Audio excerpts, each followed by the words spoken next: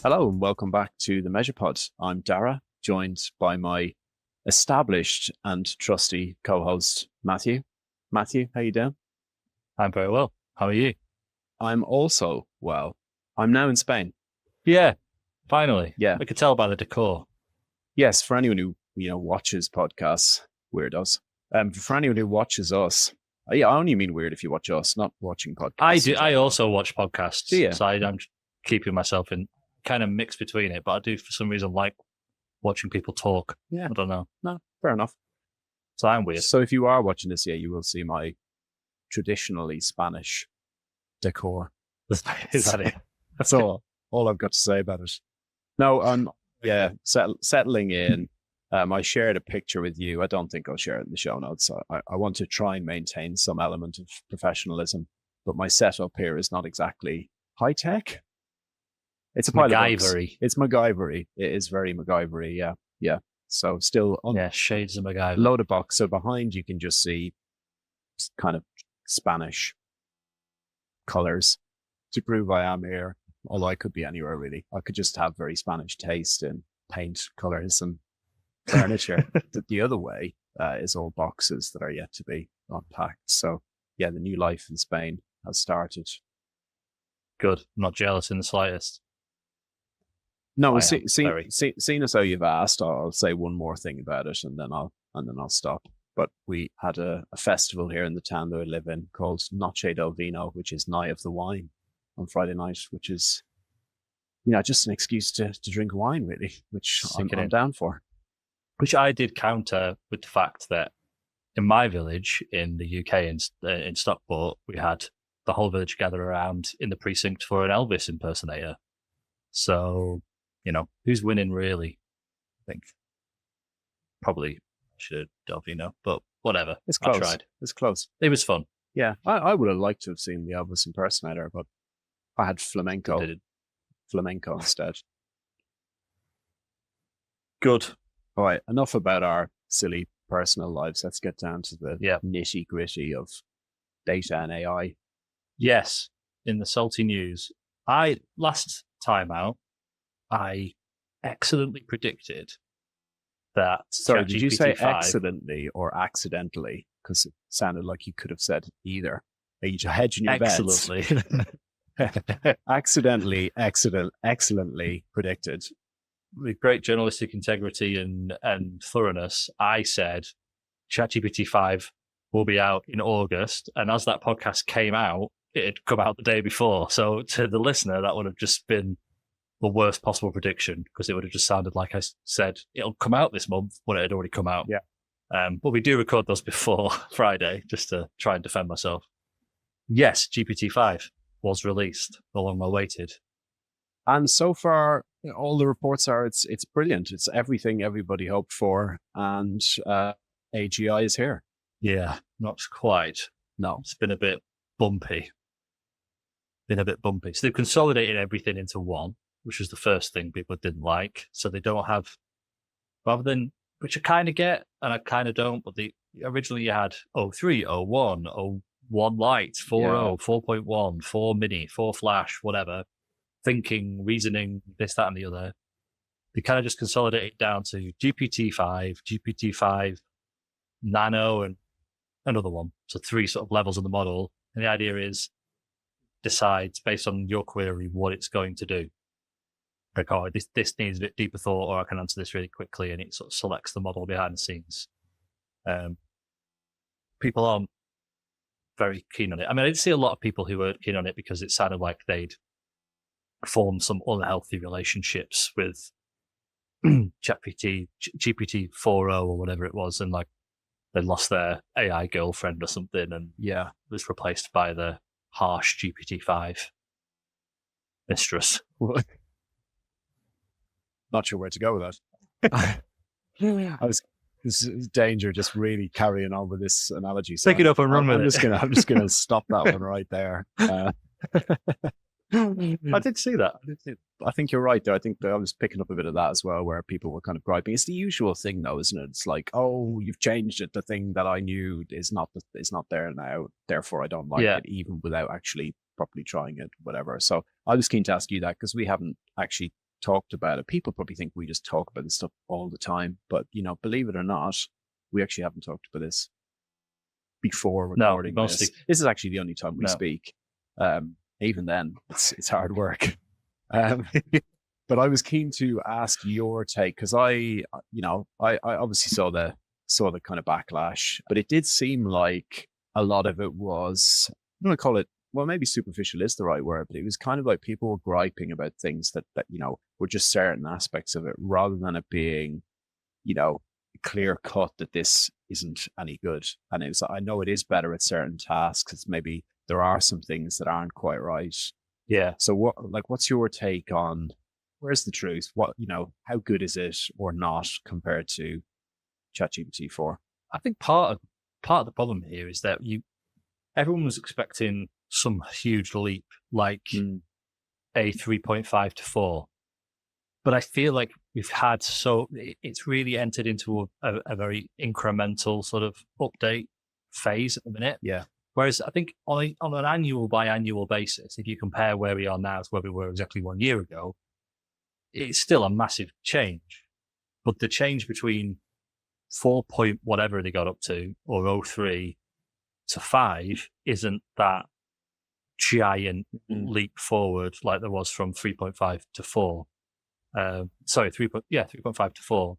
From a coding perspective, I think I mentioned this in our company Slack. I feel in the last 6 months, the changes in its coding capabilities, or multiple different models, like coding capabilities, are off the scale compared to 6 months ago. So I don't know. I think it's people expecting the world, and it not quite living up to that. Incremental changes going on all the time. We're kind of in the pot getting boiled a little bit. We're just getting these improvements all the time that we're not really noticing as much. And maybe just specific domains, I find it easier to notice than other domains, because if you're just chatting to it, I guess it's difficult to sort of, how can you gauge? What's a generational leap in chatting to a chatbot?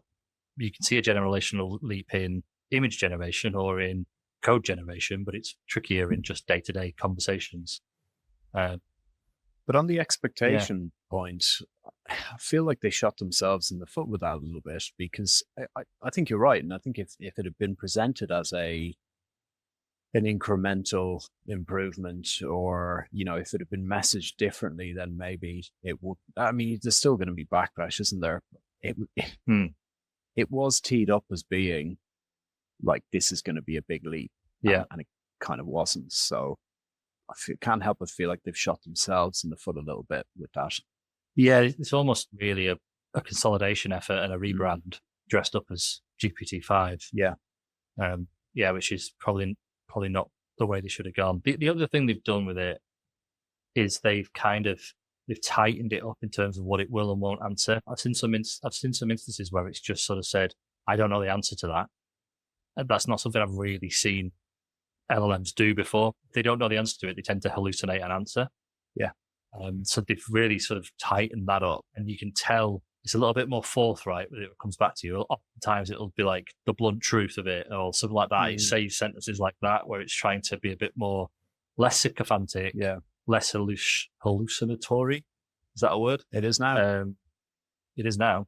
And I think I was saying this in the Slack conversation we were having as well, but to me, it feels like reducing down hallucinations, reducing down mistakes, and making it a little less sycophantic is all in an effort to increase its utility with agentic applications, because the more predictable an outcome you can get, and the less it makes stuff up within these sort of agentic systems, the more powerful they're going to be. And it certainly feels like just the technology where it is now, the capabilities of these models where they are now, if you can shore them up and make them more accurate, there's a hell of a lot of road to go just to get the most out of what's already there. Yeah, totally agree. But again, why not present it as that? Yeah. Because you're right. I think you're right. Like, that's where the real value is going to be, isn't it? It's like, if you can have that agent to agent, it goes off and does something, and you don't have to worry about it completely making something up, then that's usually powerful. But I don't know, is it because of the hype around AGI? Is it kind of, but then why would you, even if it is, why would you contribute to that hype if you know your model is not actually going to be that generational leap forward? I was listening to a podcast when I was on a plane going to Spain about, it was with the Anthropic CEO. He was saying how they just won't use words like AGI. He believes there is no definition to that. And that essentially AGI at this point has just become a marketing label. It's just become marketing speak. And he's trying to say, OpenAI and Google and all these people using AGI terms and throwing them around is just don't listen to it, because nobody knows what it is. No one has a clear definition. Nobody agrees on it. So they just strive for further utility, basically, and get the most out of it. And OpenAI, I think, are the most guilty of chucking those kinds of words around, where I don't think they're particularly helpful. There was another, I can't remember where it was now. I wish I'd grabbed this graph before we came on, but it was essentially a survey results of people and the question was, who will have the most powerful model at the end of 2025? And it's been OpenAI steadily rising forever, and Google sitting well below underneath it. Literally the day after ChatGPT 5 came out, flipped around completely, and Google is now well on top and OpenAI's lower down.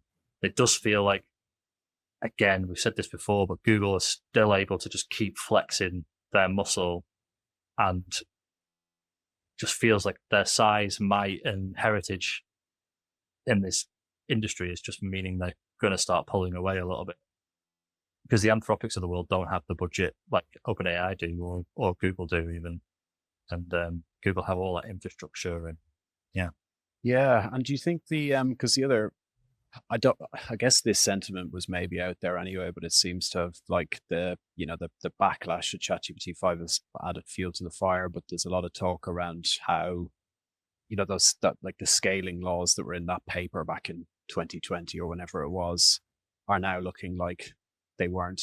And I think actually I read earlier that even the authors of those papers, they didn't say that this is a theoretical guarantee. They just said, this is how it could scale. But it looks like now that's tapering off. Yeah. And there's talk around how maybe, a lot of this has been hype, that it's going to just keep exploding exponentially, and actually it might level off now. And it is going to get into more of a fine-tuning models, reducing hallucinations. Do you think that's the case? Do you think it is going to taper off now, or will there be a ChatGPT 6 or a Gemini whatever that's going to be that next big leap forward? Yeah, it's so hard to tell, because they have to put most of these models that they're training to even test that law. Even though, like you say, it's not a law. It's proving potentially it's not a law. Even to test that, the amount of time and compute you've got to put to try and push and see what the next load is like it's like a 2-year life cycle. You've got to build data centers. You've got to pull together more compute than ever has been pulled together before. So it's a tricky one to guess at. It does seem like recently a lot of the focus has been on that pre-training, post-training steps, the reasoning and thinking improvements, and like you say, reducing hallucinations and all that sort of stuff. Maybe that it's a different technology that ultimately gets us past that marketing term AGI, and LLMs have a theoretical limit. Don't know. No, well, nobody does. That's kind of the point of it, isn't it? It's all a lot of the future around it is speculation. But one interesting thing, it was in an article that was shared internally at Measure Lab, but it was written by Cal Newport, who's written a bunch of productivity books, but it was in the New York Times, and he was kind of presenting a positive of, if things are tapering off, that it gives regulation a chance to catch up. And that's something maybe that some people would argue has kind of been lacking. And if it does slow down, maybe there's two big advantages. One is it gives regulation a chance to catch up, but the other one is that there's a lot of potential that hasn't been explored with what's possible at the moment, because everyone's so caught up in what's going to be next. Actually, if it slows down, it might not be a bad thing, because it will give people a chance to kind of push what's there at the moment to its potential, rather than just always moving on to the next shiny thing. Yeah, 100%. I think there's tons of incremental little gains just from the power that's already there. you've got to think there's plans afoot for potentially for still pushing the LLMs and training other types of models potentially, because half of the world are building huge data centers, which are costing tens and hundreds of billions of pounds, which if it's all based on that one paper about scaling laws seems absolutely insane. So maybe they know something we don't. But yeah, 100%. Claude Code, I bang on it about it a lot, but just what that can do now is unbelievable. And finding more uses and organizations being able to ingratiate it and get it as part of their day-to-day and increase their productivity. There's so much more that come out of right now. Yeah, we'll see. Yeah. Time will tell. Yeah. So a little while ago as well, we mentioned this a couple of times about the AI mode for Google. Yeah. We were always theorizing, like, how are they going to do this? How are they going to monetize this? Blah, blah, blah, blah. And then just saw on LinkedIn recently, somebody shared some communication from Google that adverts are coming to AI mode. What they look like, I'm not exactly sure, but sort of adverts relating to the original user request and the subsequent generated text by the LLM. So presumably a customer could ask, what are some nice shorts? What are some nice shorts to wear in southern Spain? And then it might bring a load back, and then people can inject shorts and maybe, have you thought about sandals? I don't know. I don't know where I'm going with this. You should work in marketing. I should, shouldn't I? Yeah, it's either underpants or shorts or socks. I seem to be focused on that area. Yes, but that seems to be incoming soon, which I guess we're pretty convinced was going to happen anyway. Yeah. Any word on because I would imagine as soon as that's available, then there's going to be some analytics to go with it. So maybe this is going to be the trailblazer for LLM analytics. Potentially, yeah. Or at least it's going to have to sit in Google Ads and things, you'd assume. And yeah. Yeah, imagine it would be, it'd be managed through search. Google Ads, and then there's going to be some data in GA, you would imagine. Yeah, particularly if these things get tighter and tighter together, like we said before, where you can start completing shopping journeys or e-commerce journeys within these chat interfaces or within Google AI mode.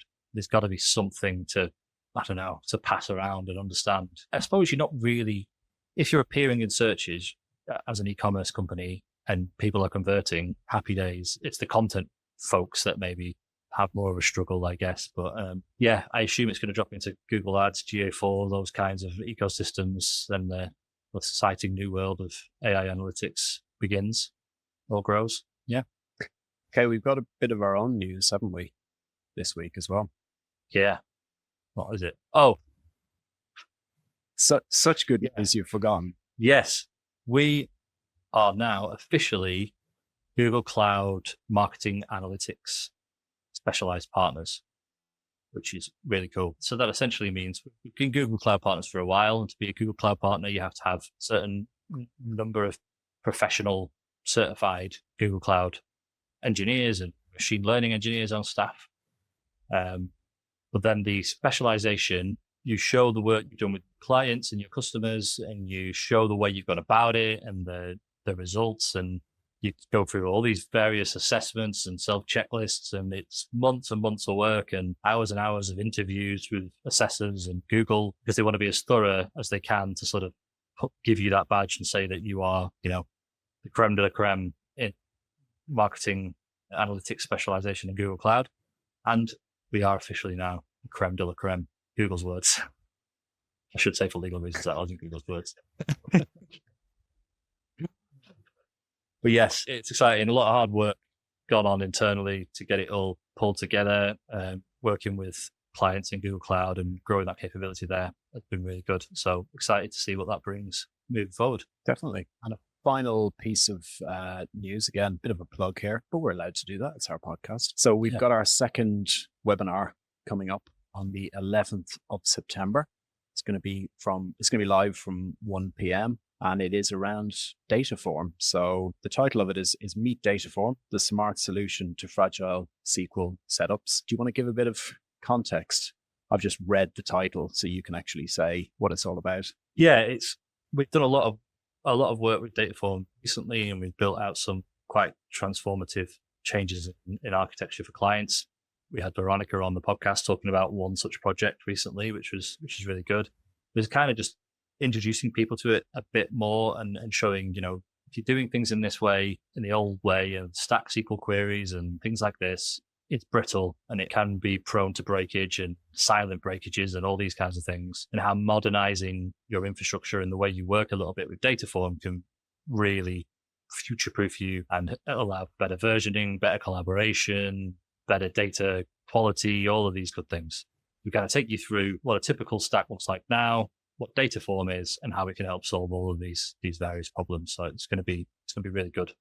So we'll share a link in the show notes to the sign up. But again, it's the 11th of September, 1 p.m. And it fits with our kind of theme, our recurring theme on the podcast around data quality and making sure, that you've got good foundational data collection and that you don't have these kind of fragile systems. And what a segue this is. So joining us on the show today, we have Josele Perez from Trackingplan. And this again fits in with this recurring theme of making sure that you've got the most robust data collection in place and that you're able to flag any issues before they cause too many problems downstream.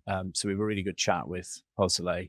We're big fans of Trackingplan. We're partners with them. Yeah, do you want to add anything else on that, Matthew? No, I think you said it all. It's exactly in the kind of theme we've been talking about making sure everything is robust from the very beginning of collection right the way through to getting it in your warehouse and doing all those cool and exciting things with it, with AI or whatever else you're doing with it. It's a great conversation just to fit with what we've been talking about for quite a while. Enjoy. Very warm welcome, Josele Perez, to the MeasurePod. It's great to have you. Welcome. Thanks. It's a pleasure to be here. Actually, a big fan of the podcast myself. So I'm here. Even better. It's always great to get a fan on. So if you've listened before, you'll know how we start. It's over to you to introduce yourself initially. Feel free to use as much time as you like. Give us a good bit of background. Maybe start with you individually, and then, because obviously we're going to talk a lot about Trackingplan. So maybe a little bit about your bio. What's your background and what's got you to where you are today? Sure. I think that my story is kind of typical, and especially at the same time. And this kind of person who had his first computer in the 90s when I was 9 and fall in love with it. Start like coding at the age of 10 because my father taught me some of it and have not stopped doing things until now. So I obviously studied computer science. There was no option for me. And I always knew that I wanted to build something like a company or so. So I got involved in that Kindle, American startup, mood, garage things, these things that have changed a lot. The time was you just put your head down, go things hard, launch it to the market in your modem or poor cable connection as if someone comes. So we built our first company, launched with investors and all that stuff when I was 21. And there was Geomatic. There was a travel guide, or electronic travel guide generated by the computer. Then was a cool company. We sold a lot of travel guides by the time. Felt successful, but 5 years later, we ended up with that endeavor, and we started another company, this time in the B2C space, with a notifications app called Hooks. That allows me and my partners to travel to the States, to live a little bit of the American styles. I'm from Spain, by the way. That's it feels far away when you're young to do business at that level. And for that thing, we went to, COVID arrived. I was working, helping a company with the role as chief product officer. COVID arrived and we felt that we have time, and we found a thing about, we did a lot of product analytics was part of my job. I love that. I have used all the tools out there. I am a decent data engineer too, that I love that field, but have never thought about how hard it was to implement all that stuff when it's not only like using mixed panel and amplitude and your purchase event and your monitoring product is easier than when you're doing marketing. And we found that there was a space with no tooling. It felt, and I can talk a lot about this, but it felt like people were doing things in that space, like in the 90s. And we were talking about 2020, like then, like the tooling, they were like throwing things to their websites and hoping for the best and relying on the partners. So there were nothing. But we jumped into this Trackingplan thing right now, 5 years ago. And we are here like working and growing and all that stuff. It's quite Brilliant. Well, listen, we're gonna dive into that a lot, but I have a very important question to ask you first. What was the first computer? I had my first computer, my first PC was a 486 DX2, 50 megahertz. Prior to that, when I started like coding and playing with a Spectra video that was like a clone of a Spectrum that my father had at home and had this basic stuff. I fell in love the first time I saw that, like drawing. I mean, at the time I was like just drawing circles and some conversational stuff. It was really fun. I mean, I'm 40 years old right now. It's been 30 plus years. And for the good or for the bad, I'm still like in love with this thing that you touch the keyboard and they appear on the screen. I think I'm so naive. It still impresses me like every day that things are working with cables and chips. This is what I like. I remember my first Commodore 64 and it was mind blowing. And when I think back to it now and having to wait for the tapes to load, it's just things have moved on a little bit. Things have changed a lot, but it wasn't the same basics. I think it's the same stuff. It's just more code and code made by other people, but same stuff. That like playing the game again just by using your pen for rewinding the tape was quite experience. And then uploading. So just before we kind of get more into Trackingplan, just one other question. Are you getting a chance still do you still code, or in your role now, do you not get much time to do that? Yes, that's my therapy. Sometimes it goes by phases. Sometimes I have a lot of marketing work and legal work and talking to clients. It's part of my job. But just things first, just for my mental health, I take like 20% time. I can code for 20% of the time. That being a CEO means probably it will be on Saturdays and Sundays. That's not, doesn't take that, but I do that a lot, and I do it linked to Trackingplan. And something interesting from the recent times is that the project got too big somehow. That we have a lot of complex tools, like a lot of features, a lot of processes, like how this thing works. At some point, you go like you cannot do anything in 2 hours. You jump in 2 hours, you're just giving work to your mates to fix your stuff, to get your stuff back. And I think it's an interesting topic too. With the rise of AI coding, I'm back into that because all that pipelining and all that time that you need to, now I can do things again. I can draft something, have an idea, let the thing do the first version and do the cleanup buffer. So that 2 hours are again productive. So I'm like, say, having a good month in terms of coding. Yeah, but it's yes. And I don't know if my team likes it or not, but they don't tell me that. They'll never say. They'll never say. They never say. That's one of the two sides of the same coin, I guess. Exactly. So listen, we know Trackingplan, we work with you guys, but for our listeners who maybe don't know, do you want to give your kind of summary of what Trackingplan offers?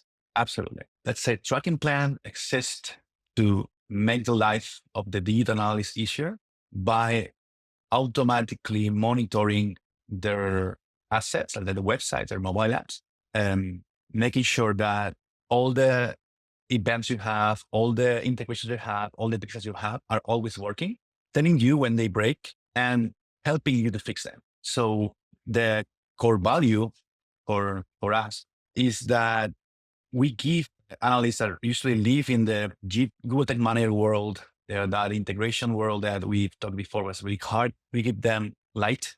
We show them what's going on. We give them the tools that developers have for their work, but from our experience, analysts don't have. More or less the idea. Well, from our experience, we know this to be true, but I guess you will see this as well. But there's so many silent issues that people don't know about that are just, they're probably in a boardroom reporting on something that they have no idea is nonsense because it's just silently broken somewhere within that chain of events that's got to. Absolutely. That's I'm still surprised. And with the time, I think we were with around 1,000, and we jump into there and you just use the things from outside. It's like, okay, everything looks good. These people look really professional. Like they have this first call with, and then you jump in, you start Trackingplan. When you start Trackingplan, you get actually that maps everything, all your events, properties, values, like all that thing is relevant. And I have not found any correlation between how good is the brand. You go like a super brand, these people is investing millions of dollars in this platform, so their analytics should be amazing. No, doesn't work. And then you go to small client and they have a perfect implementation, even if it's complex. So there's a lot of hidden problems. And I would say that's the nature of what we are doing here. So you remember how the manuals talk about how do you build analytics or how you build things that you start with what do you want to get, then define the metric, then build below that. Things people is only looking at one number. But for building the number, there are a lot of inputs below that are hidden. So no one is looking at that you can define this as an equation that turns into the KPI you're looking for. Any factor of the equation can be wrong and you don't notice because it's just a 10%. So that's what you consistently see. And that's what with Trackingplan, we have learned to make our clients like solve that from the root cause so they can actually trust their data and their conversions and privacy stuff is also related and all this kind of stuff that it's hidden because the platform don't show you that. They don't tell you that you're passing wrong information. They just give you the ads or they just give you the KPIs you're talking about. What levels do you work at then? So what parts of that? So I'm thinking of a typical marketing analytics stack where you've got a producer of the data, I suppose, the website or the application, and then you've got some abstractions on top of that with GTM and creating some downstream additional metrics. You then got stuff in GA4 where you're probably building out custom audiences or whatever, and then maybe you're sending it off to BigQuery. So like, where does Trackingplan come in across that spectrum of different technologies? We found that the core problem, and we studied this a lot because at this point we were able to do that at any level. It's not the integrations are not the problem. And we found that this was a collection problem. That this problem is almost solved. You are thinking about what's like downwards in the downstream. Okay, it's always upstream where the problems happens, where all the mess is, where there are a lot of players doing that. In a normal website, you have a medium-sized e-commerce, for example, you have one or two agencies doing performance, one or two agencies doing analytics, some of them doing just data. Then the CRM on the actual like internal marketing people is also playing with that website code that Google Tag Manager. And then you have the coders and the internal coders of the application. Like, that's where all the mess happens. And all that happens in the collection phase. And that's where things broken. I know I want to sound typical, you not garbage in, garbage out topic. I've seen a lot of companies having that DBT solution, like this pretty common. We fix things in DBT. No, you cannot fix things in DBT because it's too late. The data is already collected. So we focus on monitoring the collection. So we leave Trackingplan technically, we live in the websites. We run with each time a user navigates to a website, we are there listening to all the network requests. That's the actual production of the website. And that's what we collect. And that's what we monitor and when we on top of what we build things. So that anything before collection could be data layer. We see that because that's before that collection. GTM transformations, we see that because it's before that collection. It's a network request, is what we look at and what actually is what should be run. Because you cannot modify things inside Google Analytics. That's you cannot modify the data there. What we monitor, data-wise and statistically. So who would own it then? Because if it's this actually has reminded me of a conversation we had with another guest recently on this kind of shift left paradigm of going back to the source and making sure that everything is kind of tracked correctly at the source rather than waiting until things and fixing them. So who kind of with Trackingplan, who do you tend to aim it at? Like who within a company should it be a collaborative effort or should it sit with a particular team or like what's your kind of general view on that?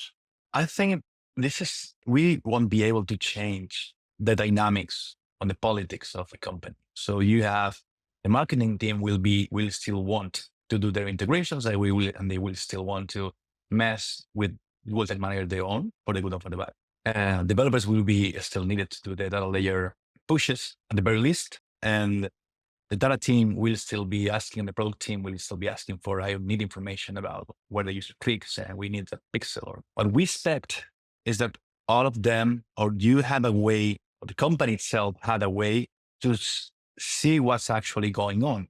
And who's responsible for that? I think one should be responsible of his part. It's pretty common that when we work with a company, we have different stakeholders.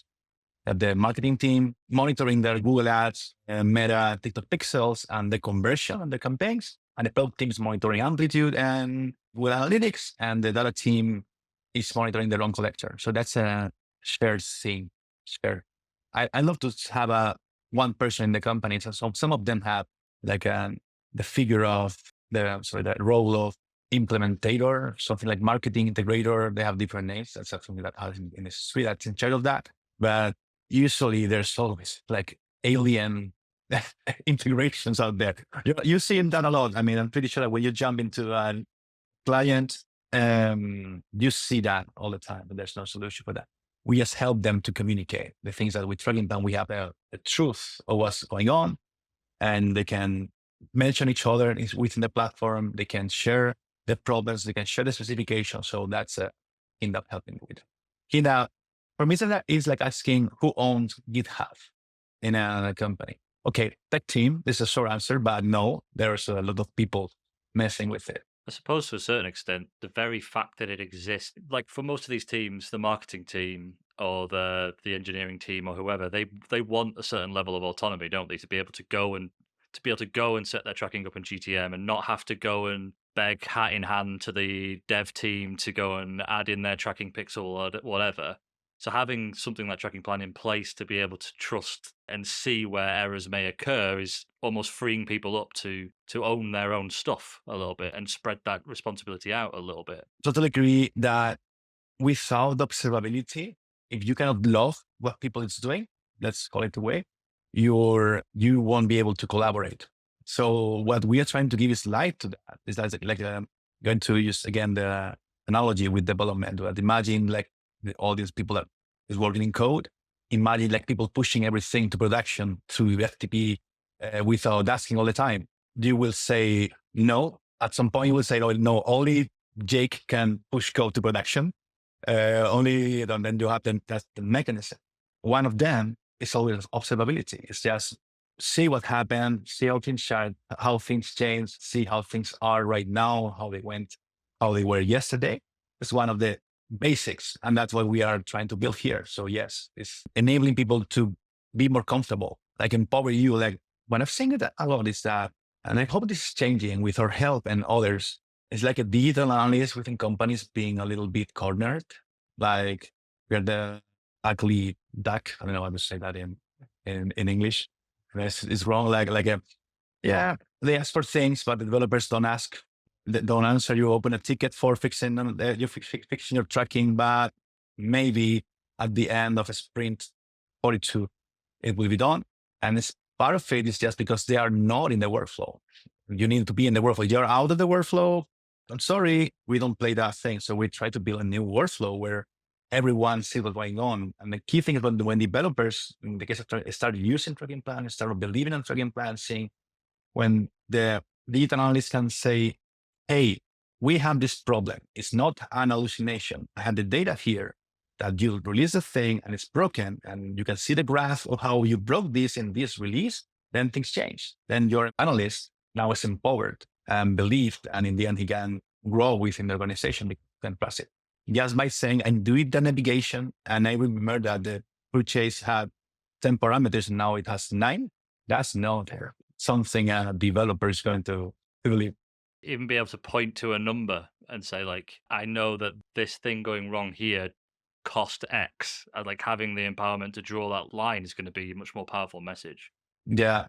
I mean, that's a common topic. I've heard you talking about this in the podcast before, but I'm not taking like the developer part as lost because they are learning and they learn to value this. But I think our messages were like digital analyst messages in the past were a little bit weak because they don't have the impact with it. They don't have there's like this is broken and it's always broken. So now tell me that you are now you're investing $50,000 per month in Google Analytics in Google Ads, and you're wasting $15,000.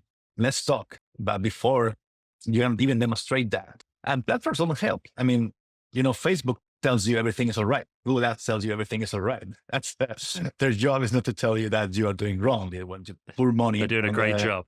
They do a great job, like full money in this thing, and turn out the thing. And I understand them. I would be doing the same if I were them. Does it only look for errors and broken elements, or does it actually look at the data as well and detect anomalies and say, for example, usually you have this much traffic and it dropped by 50% or something like that?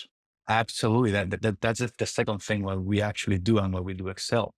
The key in Trackingplan is that we are able to auto monitor like almost everything, meaning that, let me give you some examples. If your purchase event drops in the page X, we will tell you immediately. If the parameter value of your purchase event yesterday was 1 decimal and now with 2 decimals, we will tell you. If you have page category and that was the values A, B, C, D, and right now you have a E value, we will tell you. So we is about auto monitoring everything. We found that the rules are liquid. Like even if I ask the best team in the world, what are the specifications of their things, they will only be right in 90% of the times, 90% of the things. But we found that monitoring the changes, monitoring what was yesterday and what today is not, is the best way to find things. Yes, we go really deeper into the data, deeper into everything, and trying to make everything automatic. So you don't have to tell us the rules, because somehow we may not believe you, or you may not know the right rule.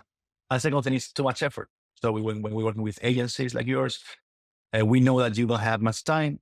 Then you make, for example, like mostly plug and play. You install it, and 1 week later, we will be telling you if you are not passing the currency with the add to cart event, if that's a problem. Let's follow the minute. I know this isn't really a fair comparison, but I think back to like when you try and set alerts in Google Analytics, and they would become just noise after a while, because it would tell you, your traffic's increased by 20% or dropped or whatever, or would do it every Monday because your weekends were quieter or something like that. And you'd get to the point where you'd just ignore the emails rather than, do anything about it, which is a confession of extreme laziness. But is there any risk of that where if, we're almost like people miss the message because there becomes too much noise, too many different alerts about too many different changes? Absolutely. I mean, that's typical noise versus signal problem. We had some experience with that. My previous company was about notifications. We learned a lot about how this works and how the mental model of the users and how they react to a notification. And we learned a lot. And we worked with at the time I had the opportunity to work with the best design agencies thinking about how to solve this problem. And in the end, it turned into a notify only when you are sure that it's relevant. And luckily, what we are doing, and I don't know why Google isn't doing that in their alerts, that's the thing, by conveying the different metrics. So when we tell you that your purchase event is down, we are not telling just that your purchase event is down. Telling you your purchase event is down for the traffic you have on your page, usually for the number of users you have right now on your page. So it's like making things a little bit more complex. So it's not 20% drop versus yesterday. That would be really easy. It's far more complex. So we found we don't have so much false positives. And that's around maps and having a lot of information on how the website works. But it's hard. I think we are able to do that because we are adapting this exactly to this problem. If you apply a best mathematical model, just that model to the purchase event traffic, you will have much more false positives than we. It's about understanding what's a purchase, not only. It's not that just a time series on time. It's much more complex. It's users, it's a sessions, it's a user navigating. When you put that into the equation, then you cut down the noise. I suppose Google Analytics 4 is it's a very generic tool, isn't it? It's made to spread as wide, to go across as many different vectors and verticals as it can, to be as appealing to as many people as possible. So their ability to track very specific patterns of traffic for very specific sort of e-commerce use cases and different business is going to be limited compared to a specialist tool that's aimed at doing just that. Absolutely. I mean, that's Innovators' dilemma all the time. They have it I mean, my previous company was around Gmail, and we made the lives like making Gmail a little bit better. We added like notifications when someone read your email. That's the kind of stuff. With a big business, and they are not going to do it. Google is not going to do it because they will, like 20% of the user base will get mad, and they don't take risks. And GA4 is absolutely, you are totally right. Too generic. It serves small flower shop in the corner, and huge clients like Corting Less or like big brands like work with us. So there needs to be a more specialized thing. And that's why when they open BigQuery, like everyone went like crazy. Okay, now we can do SQL queries from it. Like what? 2024, and you're so happy because you can actually query your data. That's what I told about, the being underserved in this industry. So yes, too generic. They're trying to do like some other thing and other things, but they have to stay. They cannot tell the flower shop owner that they have some data privacy risk. What? Like, they don't care about that. They just want to count the number of visitors they have on the website. That's a combined product. Right. And the irony is, half the time when you're in GA, when you've got your data out into Google, into BigQuery, you're trying to figure out what the hell it means. Like, why is GA4 saying this? Yeah. Two-sided sword. That's the thing. Is that like they cannot build that professional product, and they're free. That's the other part. And even big companies are using it because it's free, or the entry level is free, and they have the market, and they have the you as a professional, you can actually tell your clients, you style this because it's free, and we started with that, so you know how to use it, and it's incredible what you do with Looker Studio, and we can be talking about that for a long while. Looker Studio and Google Analytics and database, you can do great stuff, but you are fighting with the wrong UI, the platform, because if they change, do you remember that last couple of months ago or half a year ago, they added like new graphs in Looker Studio. They looked so slow adoption because if they change one old graph, if they change the color of one of the old graphs, some of their big legacy clients will call the Google CEO and quit and go to Adobe. Good part of being new in industries that we can innovate. We can do things. I'm pretty sure that in 15 years, we won't be able to change anything from our UI, but luckily we can do it now. So let's take that advantage. Yeah. Yes. Are you surprised though? I mean, it makes sense with GA4 for the kind of reasons you've both said, like about it being a little bit too generic and it's not really what Google are trying to do. Are you more surprised though that GTM hasn't got, maybe not to the full extent of Trackingplan? Why do you think GTM don't have more of a kind of observability and QA tool built into it? Is it just again that they're just going really broad and they don't really care and they're just happy to have other companies out there doing that? Or is there some other reason, do you think? I think Mark had it is like the percentage of users that are interested on this is not as big. I love that with everyone, I will be rich or more rich if I had everyone. But right now they're adding some kind of monitoring that's based on, looks like you haven't installed correctly your DTAG pixel. That's important. We have trying to do something that we are at Y Combinator. That's an accelerator we went through. It's like the 80-20 solution. So they have like by telling these three things, your consent mode looks wrong. That's something. That's quite a thing.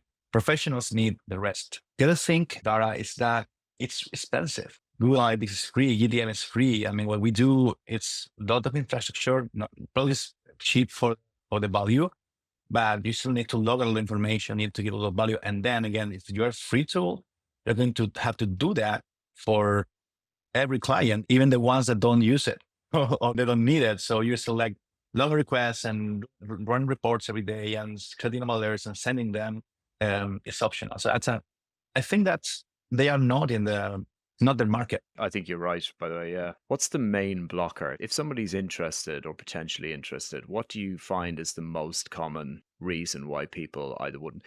Is it an attitude of, oh, we'll be fine, we can do that ourselves, we don't need a tool for that?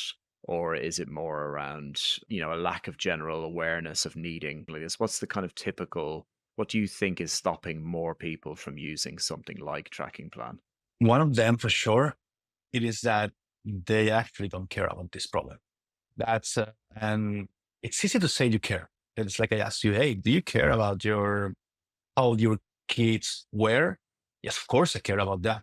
Are you up to go to the shop every 2 weeks to buy them new clothes? That's not enough. So they don't actually care. Let me tell you, like for every customer that actually reaches to us, we convince them.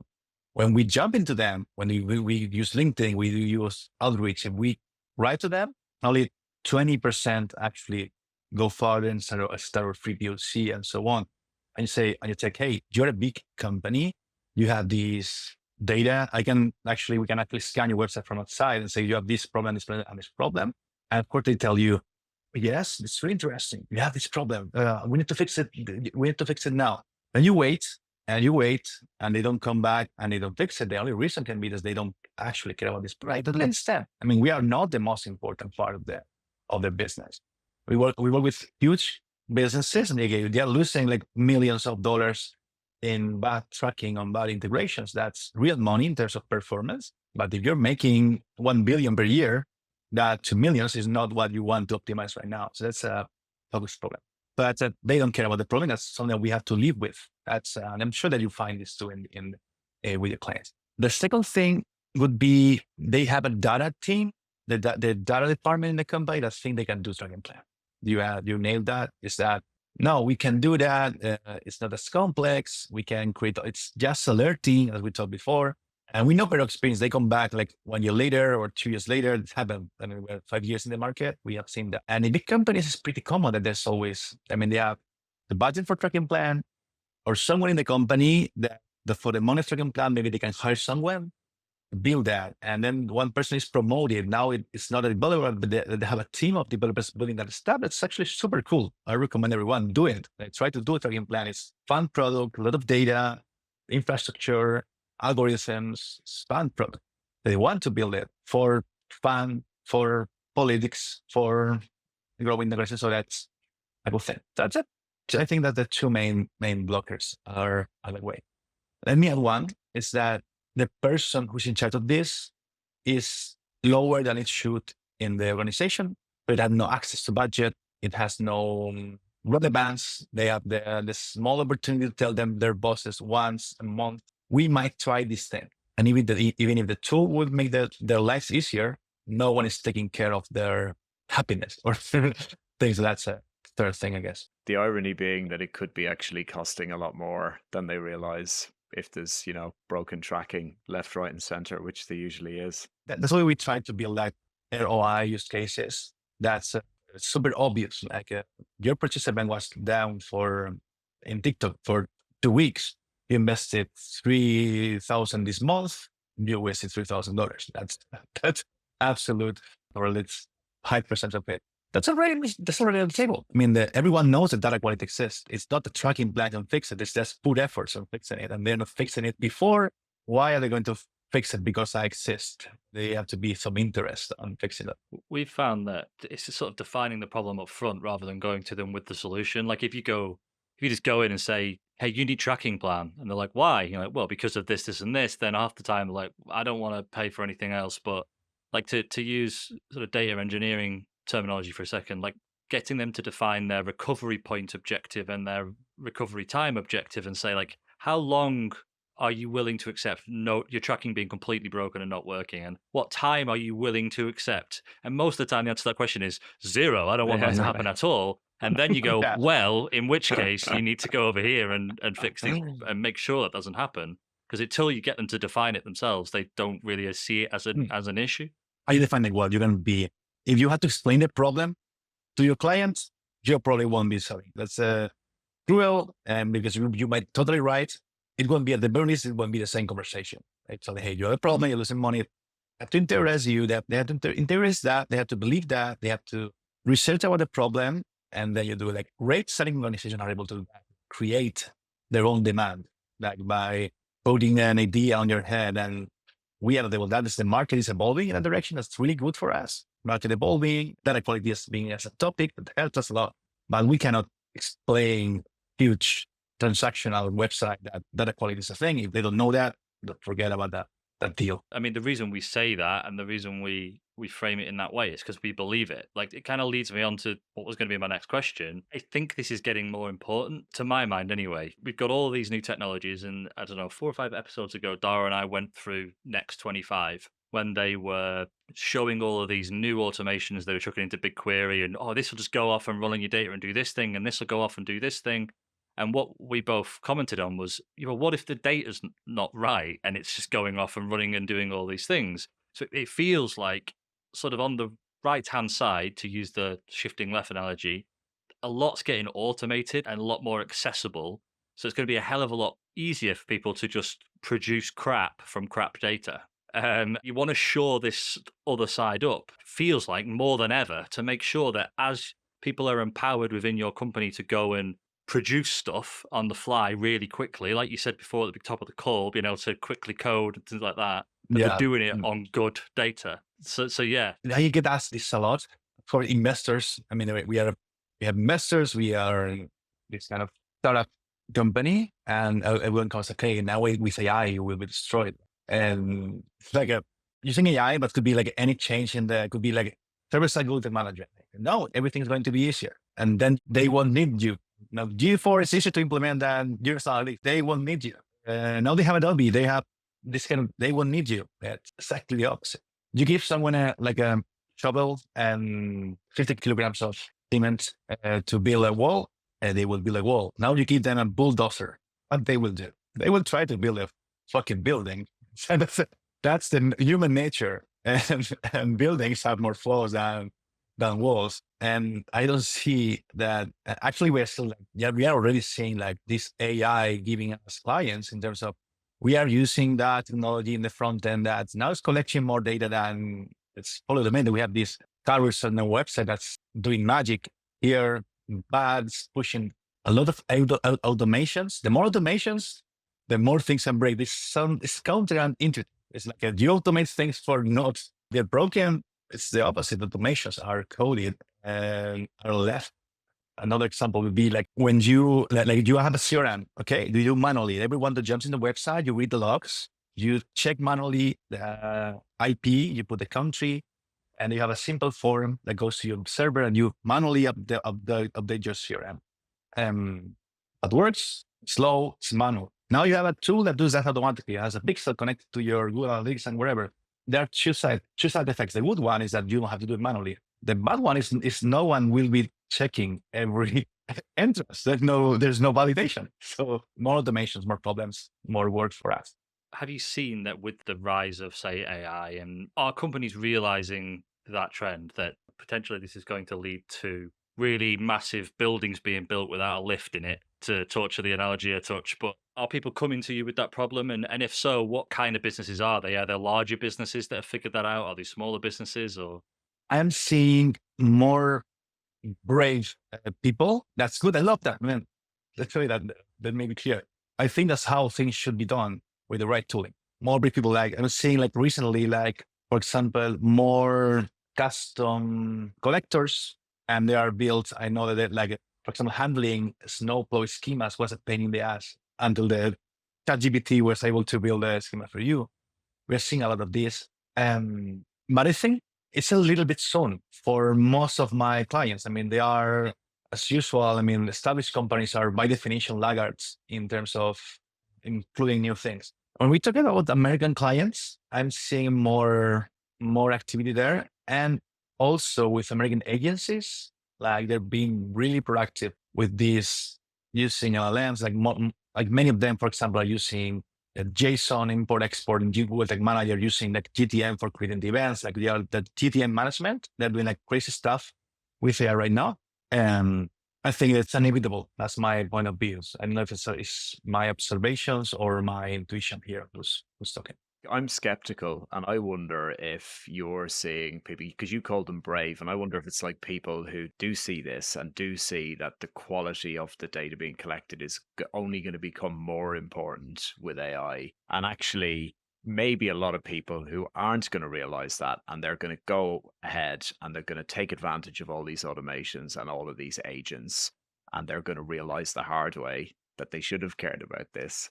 And they'll learn it eventually and then come back, because I am skeptical. I think people are going to go for Because it's something you mentioned earlier as well, where you said, like people might say they care, but there's a difference between saying you care and actually really caring.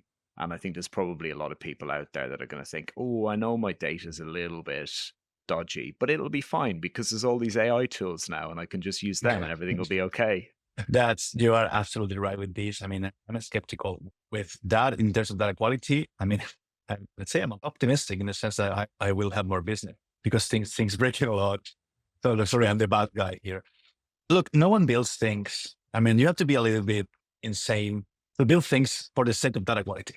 You will things because they are cool. You will things because you save a lot of time, and you will things because they shine.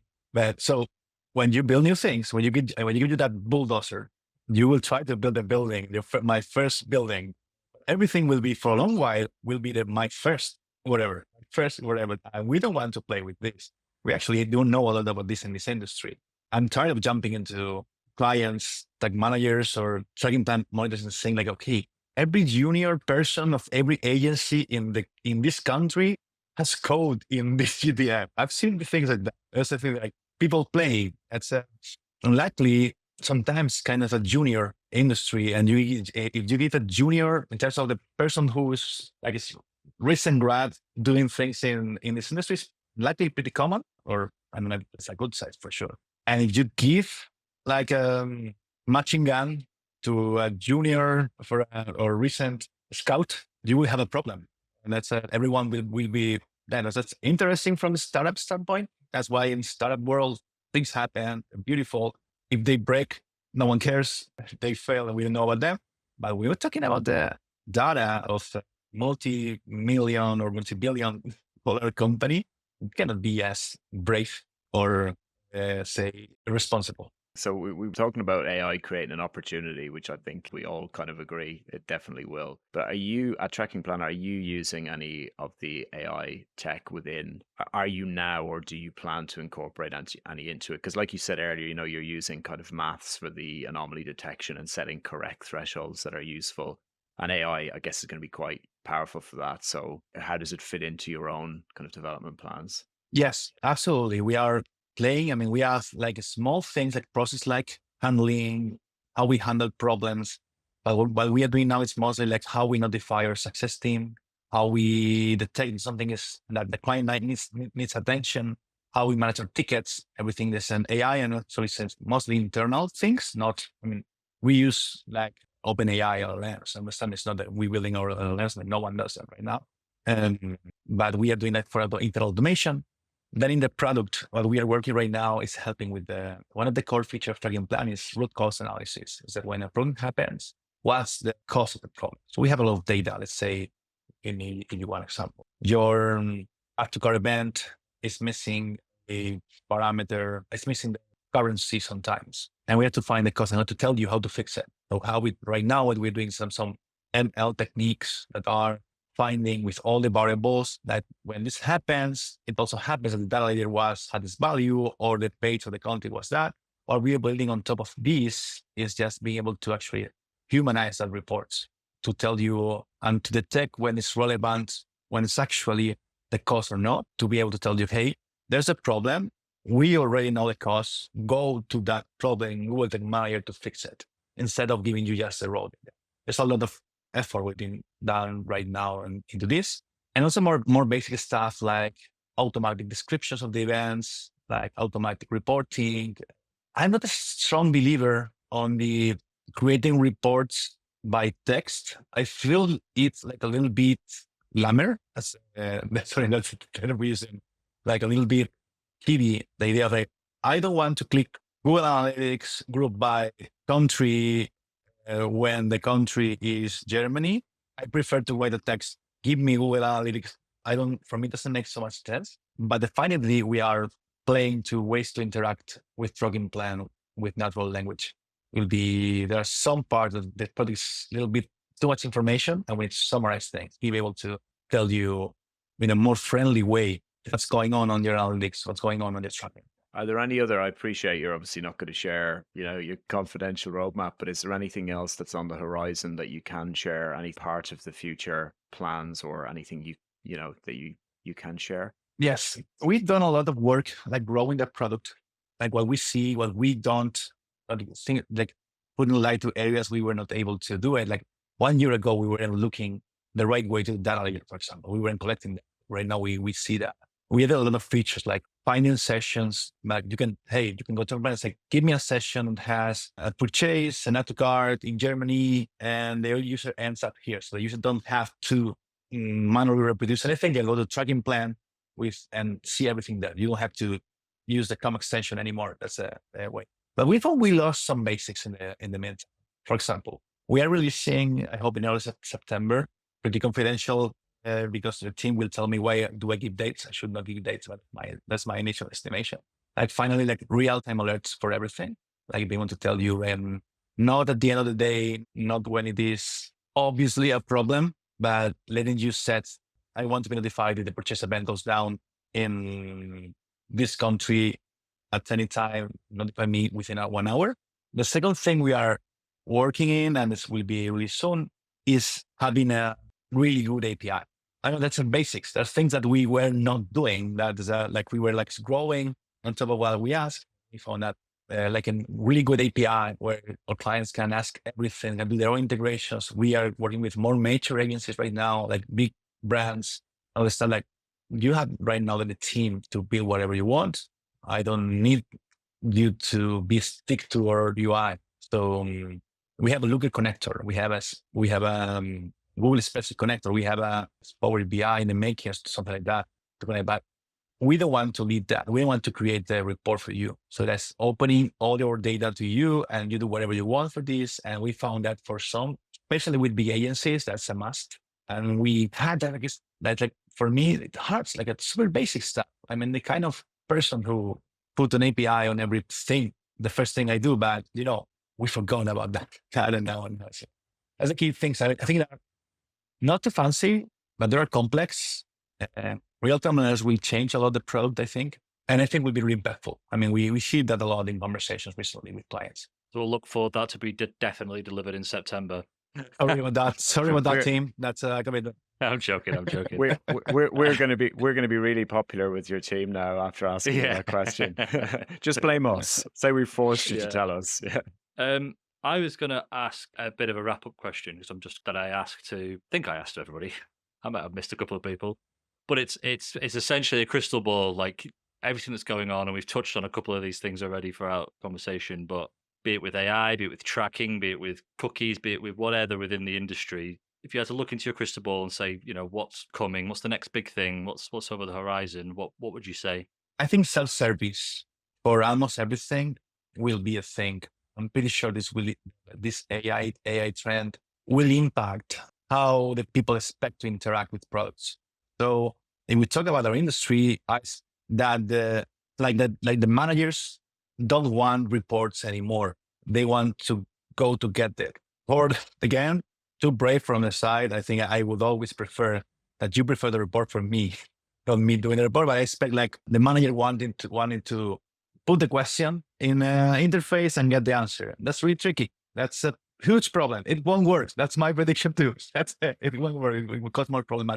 It will be unavoidable that they will ask that way for things.